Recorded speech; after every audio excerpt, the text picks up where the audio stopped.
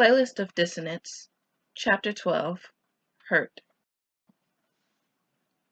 There's a gnawing at Merrick's soul, shadows that grab at him, lap at him, tug at his mind and memories when he isn't watching. He can see it, feel it, happening to Yami as well, and that is why he draws him near. Yami isn't made of shadows, he's eaten away by them, and Merrick knows that he could find his own solid ground if he could get close to the Pharaoh's light. And once he's there, he can bring Yami out from the dark as well. Merrick watches desperately as Yami crumbles in on himself. He pulls away from the world, hides in blankets of sleep and drink until he thinks he's forgotten, until he can pretend not to remember why he is hidden. And then he comes to Merrick with smiles and kisses, and together they shine. It's too brief. It's not right. Merrick takes it anyway. It doesn't last. It was never going to, and Merrick isn't surprised when it becomes a pattern. Too often Merrick finds Yami hidden away in their bedroom, in the dark, in the bottle, unable to say there is a difference between the two. It hurts him to watch Yami crumbling when all Merrick wants to do is build him up. He doubles down on his efforts to help Yami out of his funk. He gives him everything he can think that Yami would want, things that he thinks a pharaoh might want, things that Merrick himself wants. A new element gets added to their pattern as Yami loudly, violently rejects Merrick's offers, and Merrick becomes equally loud as he tries to question why. They shine. It's not the light that Merrick wanted, but it's bright. It's alive, writhing and thriving. It's a counter to what Yami usually is when he languishes in the dark. Again, Merrick decides to take what he can get. If this is what it takes, moments like camera flashes, to keep Yami from fading into the darkness, then Merrick will yell and spin moments and kiss like battles with Pyrrhic victories. One day, Merrick comes home to find Yami flipping a blade in the dark. It's ominous, and he isn't sure why. Isn't sure that it matters why when he came home to find his lover in the dark with a knife. Without an obvious conclusion, there is still a tilt to the ground beneath him as he realizes that there is about to be something new again, and he isn't sure if he should fear it. "What are you doing, Yami?" He asked it cautiously, trying not to seem it as he goes to his lover's side. Yami looks at him as if he didn't know Merrick was there. He catches the knife, holds it too tightly in the wrong place. Merrick's breath catches, and he fights not to take it from Yami by force, knowing without a doubt that it would make the situation worse. Yami is quiet before he offers the handle to Merrick. He doesn't immediately take it. Yami speaks. "I need you to cut me," he tells him. "I need you to hurt me." The panic is in Merrick's eyes, on his tongue. Yami doesn't make him ask. "So that I don't hurt myself," he tells him.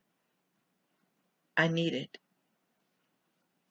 Merrick doesn't bother to tell him that he already hurts himself. This is something different, he knows. This is something worse. He remembers the shadows that clawed his own mind, can practically see the things that rip and tear apart Yami. He hesitates as he accepts the blade, closes his eyes so that he doesn't have to watch himself when he says, "Okay." Merrick loves Yami more than most things.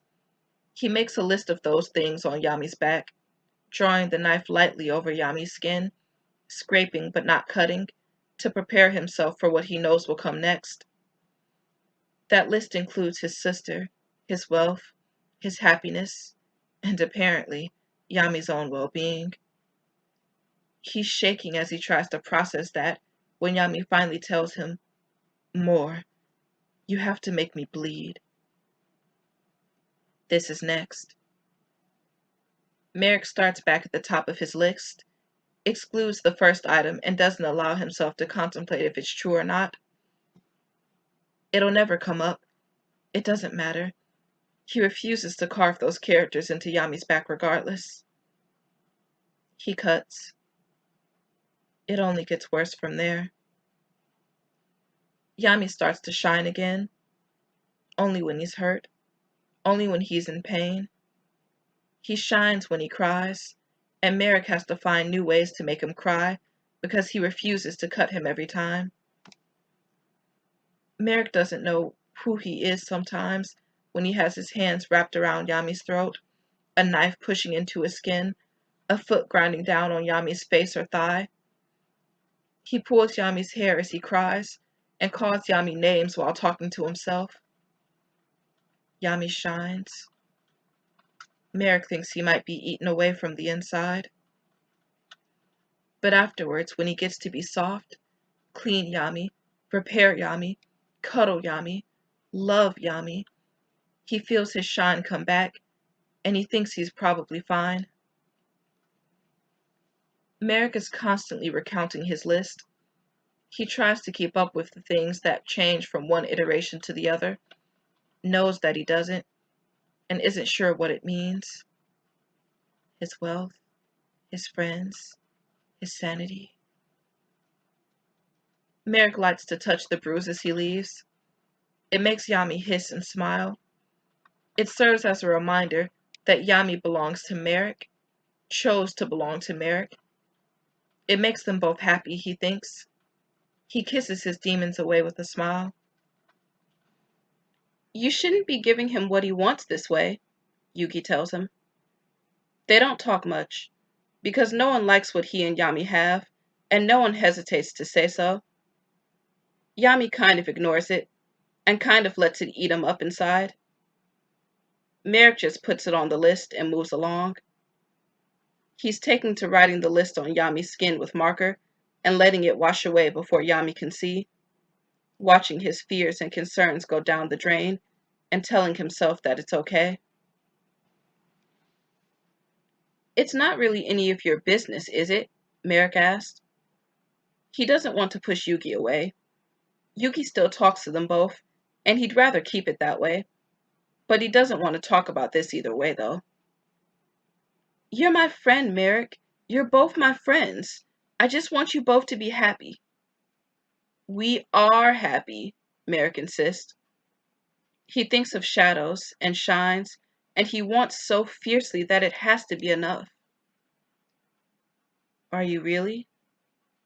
Yugi asked it with his big worried eyes and nagging frown and an aura that is so bright that Merrick understands why Yami ran from him. Yugi has destroyed something from every person that has ever stood in his way. Sometimes it's just shadows. Merrick has vivid nightmares of the darkness being forcibly torn from him by the short man standing before him like an avenging angel with condemning eyes. But sometimes it's peace of mind and stable footing and all that you have. Merrick can't have Yugi taking away all that he has again. Yami doesn't have enough of himself to lose. Merrick has to protect him. I'm helping him, Merrick says. We'll be fine. Yugi doesn't believe him. He pushes until Merrick finds himself pushed too far, making an excuse to escape the encounter and avoiding his cause for weeks afterwards. Merrick writes the list on his own skin and prays on it. You can't get something for nothing, and Merrick accepts that. His sister, his friends, his wealth, his heart, his hands. You think that you're helping him, Ishizu says. But is he helping you? I never asked him for anything, Merrick replies.